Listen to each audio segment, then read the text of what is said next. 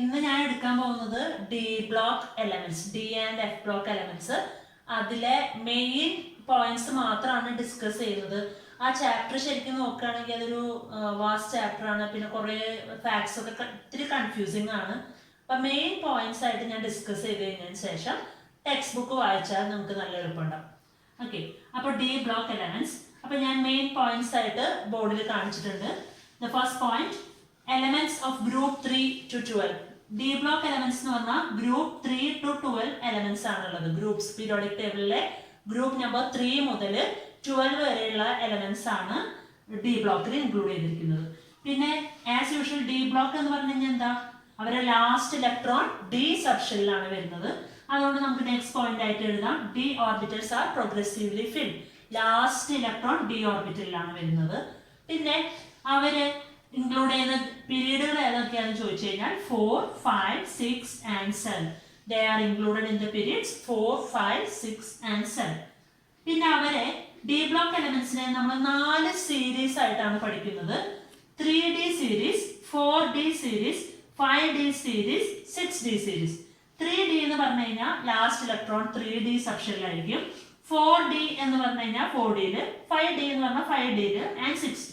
Okay, 3D സീരീസിൽ നമുക്കുള്ളത് scandium with atomic number 21 to zinc 30. അതായത് സ്കാൻഡിയത്തിന്റെ 3D 1 ആയിരിക്കും. പിന്നെ നെക്സ്റ്റ് എലമെന്റ് 3D 2, പിന്നെ 3D 3, അങ്ങനെ 3D 10 വരെയാണ് ആകുമ്പോൾ സിങ്ക്. പിന്നെ 4Dയിലുള്ളത് yttrium starting with atomic number 39 to cadmium 48.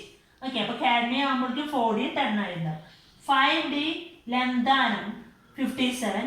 ഈ ലന്താനം കഴിഞ്ഞിട്ട് നിങ്ങൾക്കറിയാം ഡി ബ്ലോക്കിൽ തന്നെ ലന്താനം കഴിഞ്ഞിട്ട് വരുന്ന ഒരു 15 എലമെന്റ്സ് നമ്മൾ സെപ്പറേറ്റ്ലി ഒരു ഇന്നർ ട്രാൻസിഷൻ എലമെന്റ്സ് എന്ന് പറഞ്ഞ് വേറെ പ്ലേസ് ചെയ്തിട്ടുണ്ട്. അത് ഈ ഡി ബ്ലോക്ക് എലമെന്റ്സിന്റെ കണ്ടിന്യൂഷൻ ആയിട്ട് നമ്മൾ പഠിക്കുന്നതാണ്. അപ്പോൾ അവിടെ കൂടുതൽ പറഞ്ഞുതരാം. Lanthanum 57, hafnium 70 to mercury 80. ഇതിനിടയിലുള്ള ആ കുറച്ച് എലമെന്റ്സ് നമ്മൾ വേറെ ഇന്നർ ട്രാൻസിഷൻ എലമെന്റ്സ് ആയിട്ട് പ്ലേസ് ചെയ്തിട്ടുണ്ട്. 6Dയിൽ വരുന്നത് ആക്ടീനിയം വിത്ത് അറ്റോമിക് നമ്പർ 89. അതുപോലെ തന്നെ ലന്താനം പോലെ തന്നെ ആക്ടീനിയം കഴിഞ്ഞിട്ടുള്ള എലമെന്റ്സ് നമ്മൾ വേറെ ബ്ലോക്കിൽ പ്ലേസ് ചെയ്തിരിക്കുകയാണ്.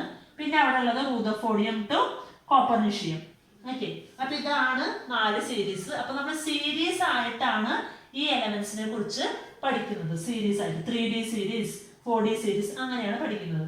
പിന്നെ ഡി ബ്ലോക്ക് എലമെന്റ്സിനെ പൊതുവെ നമ്മൾ ട്രാൻസിഷൻ എലമെന്റ്സ് എന്നാണ് വിളിക്കുന്നത്. കാരണം ട്രാൻസിഷൻ എലമെന്റ്സ് എന്ന് പറഞ്ഞു കഴിഞ്ഞാൽ എസ് ബ്ലോക്ക് നമ്മുടെ പീരിയോഡിക് ടേബിളിൽ എസ് ബ്ലോക്ക് ലെഫ്റ്റ് ഹാൻഡ് സൈഡിലും പി ബ്ലോക്ക് റൈറ്റ് ഹാൻഡ് സൈഡിലാണ്. എസ് ബ്ലോക്ക് എന്ന് പറഞ്ഞാൽ പ്യുവർലി മെറ്റൽസ് ആണ്. പി ബ്ലോക്ക് എന്ന് പറഞ്ഞാൽ പ്യുവർലി നോൺ മെറ്റൽസ് ആണ്. അപ്പൊ ഇവരുടെ രണ്ടുപേരുടെയും ഇടയിൽ വരുന്നതായതുകൊണ്ടാണ് ഇവരെ ട്രാൻസിഷൻ എലമെന്റ്സ് എന്ന് വിളിക്കുന്നത്. അതായത് metal to non metal transition നടക്കുന്നത് ഡി ബ്ലോക്കിലൂടെയാണ്. അതുകൊണ്ട് ഇവരെ ട്രാൻസിഷൻ എലമെന്റ്സ് എന്നാണ് വിളിക്കുന്നത്. Okay, so this is the initial part. ഇനി നമുക്ക് അറിയാനുള്ള കാര്യങ്ങൾ എന്താണെങ്കിൽ ട്രാൻസിഷൻ എലമെന്റ്സ് എന്ന് പറഞ്ഞു കഴിഞ്ഞാൽ അതിന്റെ കറക്റ്റ് ഡെഫിനിഷൻ എന്താണെങ്കിൽ it should have incompletely filled D orbital. Incompletely filled d orbital either in the ground state or in the oxidation state. Incompletely filled d orbitals in ground state or in their oxidation state. ഇങ്ങനെയാകുമ്പോൾ മാത്രമാണ് നമ്മൾ അവരെ transition elements എന്ന് വിളിക്കുന്നത്. ഒന്നില്ലെങ്കിൽ അവരുടെ ground സ്റ്റേറ്റിൽ അവർക്ക് incompletely filled D orbital ആയിരിക്കണം, അല്ലെങ്കിൽ അവരുടെ ഓക്സിഡേഷൻ സ്റ്റേറ്റിൽ അവർക്ക് ഇൻകംപ്ലീറ്റ്ലി ഫിൽഡ് ഡി ഓർബിറ്റൽ ആയിരിക്കണം. പക്ഷെ നമ്മുടെ ലാസ്റ്റ് എലമെന്റ്സിൽ അതായത് zinc, cadmium and mercury, zinc, cadmium and മെർക്കുറിക്ക് കംപ്ലീറ്റ്ലി ഫിൽഡ് ഡി ഓർബിറ്റൽസ് ആണ്. സിങ്കിനാണെങ്കിൽ 3D 10, കാഡ്മിയത്തിനാണെങ്കിൽ 4D 10, മെർക്കുറി ആണെങ്കിൽ അങ്ങനെ എല്ലാവർക്കും കംപ്ലീറ്റ്ലി ഫിൽഡ് ഡി ഓർബിറ്റൽ ആയതുകൊണ്ട് ഇവരെ 3 പേരെയും നമ്മൾ ട്രാൻസിഷൻ എലമെന്റ്സ് ആയിട്ട് കൺസിഡർ ചെയ്യുന്നില്ല. അതെപ്പോഴും ചോദിക്കുന്ന ഒരു ക്വസ്റ്റ്യൻ ആണ്, ഇവരെന്തുകൊണ്ടാണ് കൺസിഡർ ചെയ്യാത്തത്? കാരണം അവരുടെ ഗ്രൗണ്ട് സ്റ്റേറ്റിലോ അല്ലെങ്കിൽ ഓക്സിഡേഷൻ സ്റ്റേറ്റിലോ അവർക്ക് കംപ്ലീറ്റ്ലി ഫിൽഡ് ഡി ഓർബിറ്റൽ ആണ്. അതുകൊണ്ട് അവരെ ട്രാൻസിഷൻ എലമെന്റ്സ് എന്ന് വിളിക്കില്ല. പക്ഷെ അവരുടെ കെമിസ്ട്രി ഒക്കെ, അതായത് അവരുടെ റിയാക്ടിവിറ്റി ഒക്കെ നമ്മൾ പഠിക്കുന്നത്, അവരുടെ റിയാക്ഷൻസ് എല്ലാം പഠിക്കുന്നത് ട്രാൻസിഷൻ എലമെന്റ്സിന്റെ കൂടെ തന്നെയാണ്. പക്ഷെ അവരെ ട്രാൻസിഷൻ എലമെന്റ്സ് ആയിട്ട് നമ്മൾ കൺസിഡർ ചെയ്യുന്നില്ല. പിന്നെ ഒരു കാര്യമുള്ളത്, നമ്മുടെ ഇമ്പോർട്ടൻറ്റ് മെറ്റൽസ്, അതായത് നോബിൾ മെറ്റൽസ് എന്ന് നമ്മൾ പറയുന്ന ഗോൾഡ്, സിൽവർ, ഇവരെല്ലാവരും തന്നെ, പ്ലാറ്റിനം എല്ലാവരും തന്നെ ഈ ഗ്രൂപ്പിലാണ് വരുന്നത്, ഡി ബ്ലോക്ക് എലമെന്റ്സിലാണ് വരുന്നത്. ബ്ലോക്ക് എലമെന്റ്സിന്റെ ജനറൽ ഇലക്ട്രോണിക് കോൺഫിഗറേഷൻ എന്ന് പറയുന്നത് n-1 d 1 to 10 ns 1 to 2. അപ്പൊ n എന്ന് പറയുന്നത് ഔട്ടർമോസ്റ്റ് ഷെല്ല്, അതിന്റെ തൊട്ട് മുന്നത്തെ ഷെല്ലിനെയാണ് n-1 എന്ന് പറയുന്നത്. ഇപ്പൊ എന്നിനെ ഔട്ടർമോസ്റ്റ് ഷെല്ലിനെ നമ്മൾ അൾട്ടിമേറ്റ് ഷെൽ എന്നും അതിന് തൊട്ട് മുന്നുള്ള ഷെല്ലിനെ പെനൾട്ടിമേറ്റ് ഷെൽ എന്നാണ് പറയുന്നത്. അപ്പൊ നമുക്കറിയാലോ ഈ 3D 4s കഴിഞ്ഞിട്ടാണ് നമ്മൾ പൊതുവെ 3D ഫിൽ ചെയ്യുന്നത്. അതിന്റെ എനർജി ഡിഫറൻസ് കാരണം ഒരു സ്ലൈറ്റ് എനർജി ഡിഫറൻസേ ഉള്ളൂ. അപ്പോൾ 3Dയില് അല്ലെങ്കിൽ ഇന്നർ d ഓർബിറ്റലില് 1 to 10 ആൻഡ് ഔട്ടർ ഓർബിറ്റലില് s 1 to 2. ഓക്കെ, പിന്നെ ഈ ഡി ബ്ലോക്ക് എലമെന്റ്സിനുള്ള ഒരു പ്രത്യേകതയാണ് നിങ്ങൾക്കറിയാം half filled and completely filled stability എന്ന് പറഞ്ഞാൽ നമ്മൾ പീരിയോഡിക് ടേബിൾ ചാപ്റ്ററിൽ പഠിച്ചിട്ടുണ്ട്. അതായത് ക്രോമിയത്തിന്റെ അറ്റോമിക് നമ്പർ 24 ആണ്. അപ്പൊ ക്രോമിയത്തിന്റെ അറ്റോമിക് നമ്പറിൽ അവസാനം വരുന്ന കോൺഫിഗറേഷൻ ഔട്ടർമോസ്റ്റ് കോൺഫിഗറേഷൻ എന്ന് പറയുന്നത് 3d4 4s2 ആണ്. ഓക്കെ, പക്ഷെ 3Dയില് ഒരു ഇലക്ട്രോണും കൂടെ ഉണ്ടായി കഴിഞ്ഞാൽ അയാൾ ഹൈലി സ്റ്റേബിൾ ആവും. കാരണം half filled and completely filled orbitals stable ആണ്, കാരണം അയാൾ സിമെട്രി എക്സ്ചേഞ്ച് എനർജി ഒക്കെ കാരണം. അതുകൊണ്ട് തന്നെ ഇയാള് ശരിക്കും കാണിക്കുന്ന ഒരു കോൺഫിഗറേഷൻ എന്ന് പറയുന്നത് 4sൽ നിന്നും ഒരു ഇലക്ട്രോൺ വാങ്ങിയിട്ട് 3d5 4s1. അതുപോലെ തന്നെ നമുക്ക് കാണാവുന്നതാണ് കോപ്പർ 29 3d9 4s2 ആണ്. ഇതുപോലെ തന്നെ കോപ്പറും ഒരു ഇലക്ട്രോൺ വാങ്ങിയിട്ട് 3d10 ആവും. അപ്പോഴാണ് അയാൾ കൂടുതൽ സ്റ്റേബിൾ ആവുന്നത്. ഓക്കെ, അപ്പൊ ഇത് ഡി ബ്ലോക്ക് എലമെന്റ്സിൽ മാത്രം കാണുന്ന ഒരു പ്രത്യേകതയാണ് half filled and completely filled stability. അടുത്തതായിട്ട് അവരുടെ ഫിസിക്കൽ പ്രോപ്പർട്ടീസ് ആണ്. ഫിസിക്കൽ പ്രോപ്പർട്ടി എന്ന് പറയുമ്പോൾ എല്ലാവരും തന്നെ all D block elements R metals. Okay, എല്ലാവരും മെറ്റൽസ് ആണ്. അപ്പൊ നമുക്ക് ചെറിയ ക്ലാസ് മുതലേ നമ്മൾ കാണുന്നതാണ് മെറ്റൽസിന്റെ പ്രോപ്പർട്ടീസ് എന്തൊക്കെയാണ്. They are malleable, they are ductile, they have very high tensile strength. അങ്ങനെ പല പ്രോപ്പർട്ടീസും മെറ്റലിൻ്റെതായ എല്ലാ പ്രോപ്പർട്ടീസും നമുക്ക് എഴുതാം, കാരണം ദേ ആർ പ്യുവർലി മെറ്റൽസ്. പിന്നെ അവർക്ക് കാണുന്ന ഒരു കാര്യം എന്താണെങ്കിൽ they are hard and less volatile. അവരുടെ വോളറ്റിലിറ്റിയും കുറവാണ്, പെട്ടെന്ന് ഇവാപ്പറേറ്റ് ചെയ്യില്ല. പിന്നെ അവർ ഭയങ്കര ഹാർഡുമാണ്. എന്തുകൊണ്ടാണ് ഇതിങ്ങനെ ഉണ്ടാവുന്നതെങ്കിൽ ഇതിനെല്ലാത്തിനും ഉള്ള ഒരു റീസൺ എന്താണെന്ന് വെച്ചാൽ അവരുടെ സ്ട്രോങ് മെറ്റാലിക് ബോണ്ടിങ് ആണ്. സ്ട്രോങ് മെറ്റാലിക് ബോണ്ടിങ് എന്ന് പറയുമ്പോൾ മെറ്റാലിക് ബോണ്ടിങ് എന്ന് പറഞ്ഞാൽ എന്താണ്, ഒരു മെറ്റൽ ആറ്റം അയാളുടെ ഇലക്ട്രോൺസ് വിട്ടുകൊടുത്തതിന് ശേഷം ആ മെറ്റാലിക് അയോണും ആ ഇലക്ട്രോണും തമ്മിലുള്ള ഫോഴ്സ് ഓഫ് അട്രാക്ഷൻ ആണ് ഈ മെറ്റാലിക് ബോണ്ടിങ്. ഇവിടെ ഈ 3D ഇലക്ട്രോൺ പ്ലസ് 4s ഇലക്ട്രോണും കൂടെ മെറ്റാലിക് ബോണ്ടിങ്ങിൽ ഇൻവോൾവ് ചെയ്യുന്നത് കൊണ്ട് ഇവരുടെ മെറ്റാലിക് ബോണ്ടിങ് ഭയങ്കര സ്ട്രോങ് ആണ്. അതുകൊണ്ട് തന്നെ ഇവരുടെ എല്ലാ physical properties compared to other elements വളരെ കൂടുതലാണ്.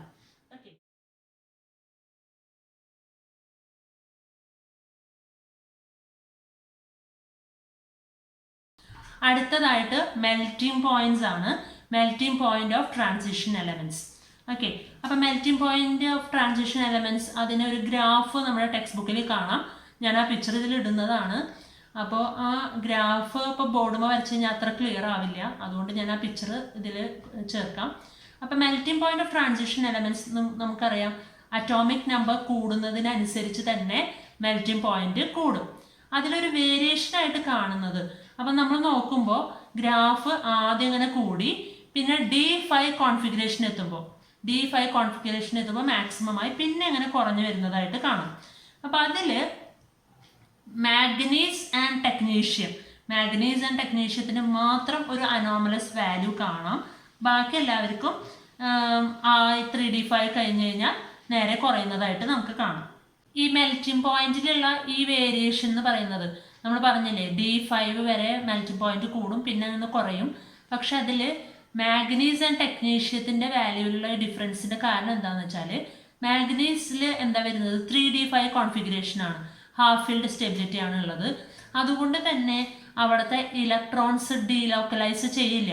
കാരണം ഹാഫ് ഫീൽഡ് സ്റ്റെബിലിറ്റി എന്ന് പറയുന്നത് ഒരു എക്സ്ട്രാ സ്റ്റേബിൾ അല്ലേ അവർ. അതുകൊണ്ട് അവിടുത്തെ ഇലക്ട്രോൺസ് ഡീലോക്കലൈസ് ചെയ്യില്ല.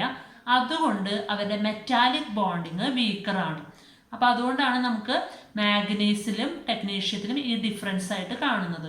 മെറ്റാലിക് ബോണ്ടിങ് അവിടെ വീക്കറാണ് because there is no delocalisation of electron due to extra stable half filled orbital.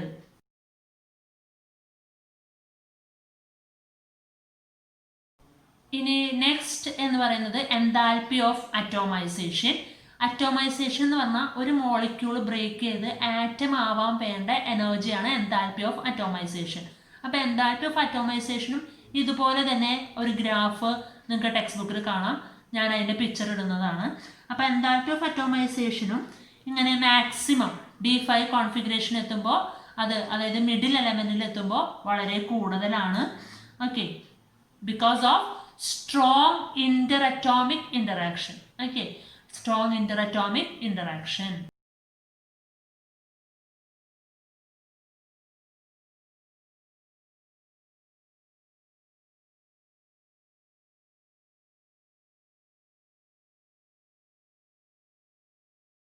Next topic എന്ന് പറയുന്നത് variation in atomic and ionic size.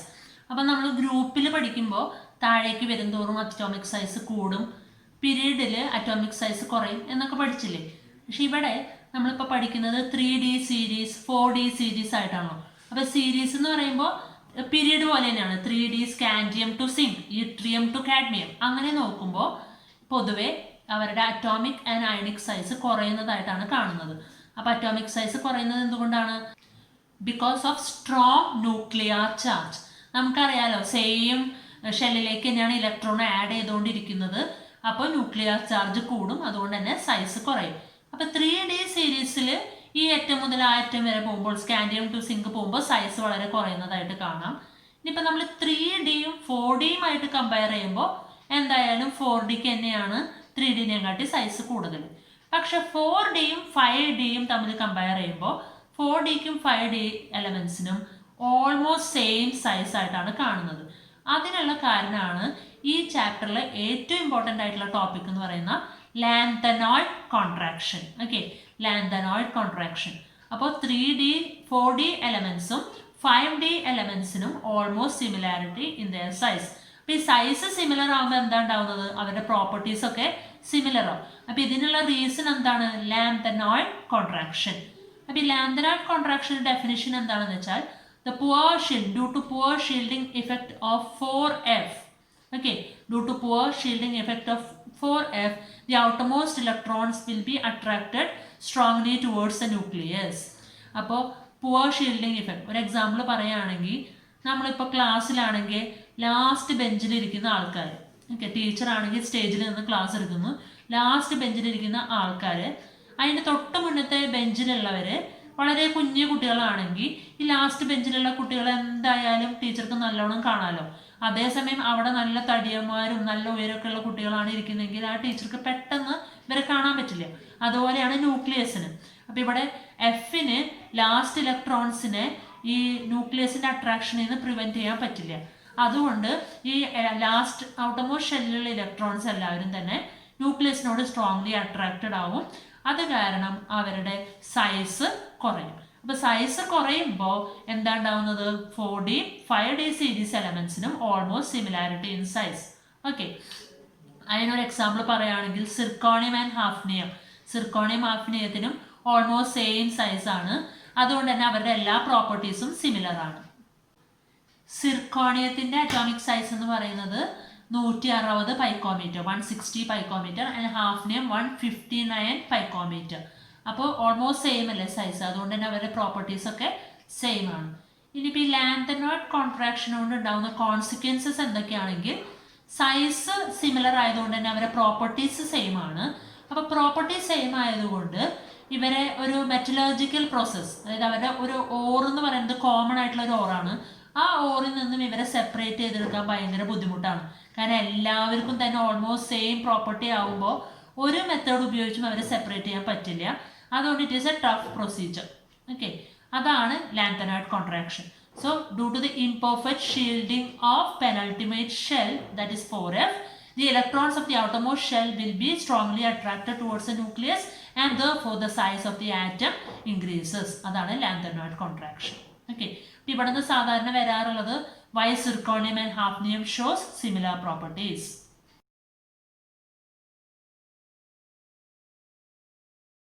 Ionisation enthalpy. അടുത്തത് അയണൈസേഷൻ എൻതാൽപ്പി. അയണൈസേഷൻ എൻതാൽപ്പി എന്ന് പറഞ്ഞു കഴിഞ്ഞാൽ എന്താ the energy required to remove the electron from the outermost shell of a gaseous atom.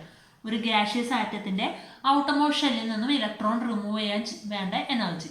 അപ്പോൾ പൊതുവേ നമ്മളൊരു പീരീഡിൽ അല്ലെങ്കിൽ 3D സീരീസിൽ നോക്കുമ്പോൾ when we move from left to right ionisation enthalpy increases. കാരണം എന്താ, ന്യൂക്ലിയർ ചാർജ് കൂടുമ്പോൾ സൈസ് കുറയല്ലോ. അപ്പോൾ ഇലക്ട്രോൺസ് ഭയങ്കര ന്യൂക്ലിയസിനോട് സ്ട്രോങ്ലി അട്രാക്റ്റഡ് അല്ല. അപ്പോൾ ആ ഇലക്ട്രോൺസിനെ വിട്ടുകൊടുക്കാനായിട്ട് ഭയങ്കര ബുദ്ധിമുട്ടാണ്. So ionisation enthalpy increases across the series.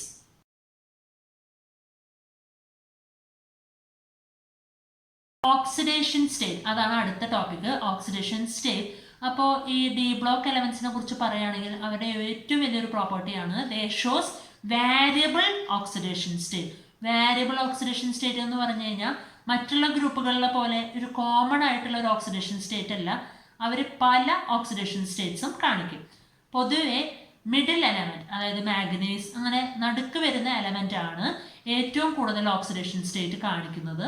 രണ്ട് അറ്റത്തുള്ള എലമെന്റ്സ് എന്ന് പറയുന്നത്, ഇപ്പോൾ റൈറ്റ് എൻഡിലും ലെഫ്റ്റ് എൻഡിലുള്ള എലമെന്റ്സ് പൊതുവെ ഫ്യൂവർ ഓക്സിഡേഷൻ സ്റ്റേറ്റ്സ് ആണ് കാണിക്കുന്നത്. കാരണം ലെഫ്റ്റ് എൻഡിൽ എന്ന് പറഞ്ഞു കഴിഞ്ഞാൽ അതായത് 3D 1 അല്ലേ ഉള്ളൂ, ഒരു ഇലക്ട്രോൺ അല്ലേ ഉള്ളൂ 3Dയിൽ. അതുകൊണ്ട് ബിക്കോസ് ഓഫ് ഫ്യൂവർ ഇലക്ട്രോൺസ്, കുറച്ച് ഇലക്ട്രോൺസ് ആയതുകൊണ്ട് അവരുടെ ഓക്സിഡേഷൻ സ്റ്റേറ്റ് അത്ര വാരിയബിൾ ഓക്സിഡേഷൻ സ്റ്റേറ്റ്, അതായത് ഓരോ ഓക്സിഡേഷൻ സ്റ്റേറ്റ് കാണിക്കുള്ളൂ.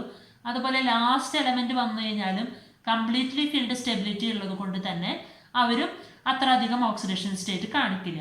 അപ്പോൾ the extreme ends or the terminal ends അവർ രണ്ടുപേരും they shows 1 or 2 oxidation state only, because either due to fewer electrons or due to maximum number of electrons. P block എലമെന്റ്സിൽ നിന്നും D ബ്ലോക്കിനുള്ള ഒരു വ്യത്യാസം എന്താണെങ്കിൽ, P block എലമെന്റ്സിൽ heavier മെമ്പേഴ്സിന് എപ്പോഴും ലോവർ ഓക്സിഡേഷൻ സ്റ്റേറ്റ് ആണ് കാണിക്കുക. കാരണം because of their inert pair effect അവരെപ്പോഴും ലോവർ ഓക്സിഡേഷൻ സ്റ്റേറ്റ് ആണ് കാണിക്കുന്നത്. പക്ഷെ ഇവിടെ ഡി ബ്ലോക്ക് എലമെന്റ്സ് എന്ന് പറയുന്നത് നേരെ ഓപ്പോസിറ്റ് ആണ്. ഹെവിയർ മെമ്പേഴ്സ് ആണ് ഹയർ ഓക്സിഡേഷൻ സ്റ്റേറ്റ് കാണിക്കുന്നത്. ഫോർ എക്സാമ്പിൾ മോളിബ്ഡിനത്തിൻ്റെ ഒക്കെ ഒരു ഓക്സിഡേഷൻ സ്റ്റേറ്റ് ആണ് +6. ഓക്കെ, +6 അങ്ങനെ പല എലമെന്റ്സും +6 ഓക്സിഡേഷൻ സ്റ്റേറ്റ്, ഹയർ മെമ്പേഴ്സ് +6 ഒക്കെ കാണിക്കുന്നതായിട്ട് കാണാം. അപ്പോൾ ഇവിടെ അതാണ് ഒരു ഡിഫറൻസ് കാണുന്നത്, because here there is no inert pair effect. Okay, പിന്നെ ലോവർ ഓക്സിഡേഷൻ സ്റ്റേറ്റ് അവരെ പൈ ആക്സെപ്റ്റർ ലിഗാൻസ് ആവുമ്പോഴാണ്, പൈ ആക്സെപ്റ്റർ ലിഗാൻസുമായിട്ട് കമ്പൈൻ ചെയ്യുമ്പോഴാണ് അവരെപ്പോഴും ലോവർ ഓക്സിഡേഷൻ സ്റ്റേറ്റ് കാണിക്കുന്നത്. ഫോർ എക്സാമ്പിൾ നമ്മൾ കോർഡിനേഷൻ കോമ്പൗണ്ട്സിൽ പഠിച്ചില്ലേ, nickel carbonyl, tetra carbonyl nickel, അങ്ങനെ Fe കാർബണിൽ ലിഗാൻഡിൻ്റെ ഇറ്റ്സ് എ ന്യൂട്രൽ ലിഗാൻഡ്, അപ്പോൾ അയാളുടെ ഓക്സിഡേഷൻ സ്റ്റേറ്റ് 0 ആണ്. അപ്പോൾ അവിടെ നമ്മളൊരു സ്പെഷ്യൽ ടൈപ്പ് ഓഫ് ബോണ്ടിങ് ഒക്കെ പഠിച്ചിട്ടുണ്ട്. അപ്പോൾ പൈ ആക്സെപ്റ്റർ ലിഗാൻഡിൻ്റെ കൂടെ കമ്പൈൻ ചെയ്ത് കോമ്പൗണ്ട്സ് ഫോം ചെയ്യുമ്പോൾ പൊതുവെ ഇവർ ലോവർ ഓക്സിഡേഷൻ സ്റ്റേറ്റ് ആണ് കാണിക്കുന്നത്. അപ്പോൾ ഈവൻ 0 ഓക്സിഡേഷൻ സ്റ്റേറ്റ് വരെ അവർ കാണിക്കും.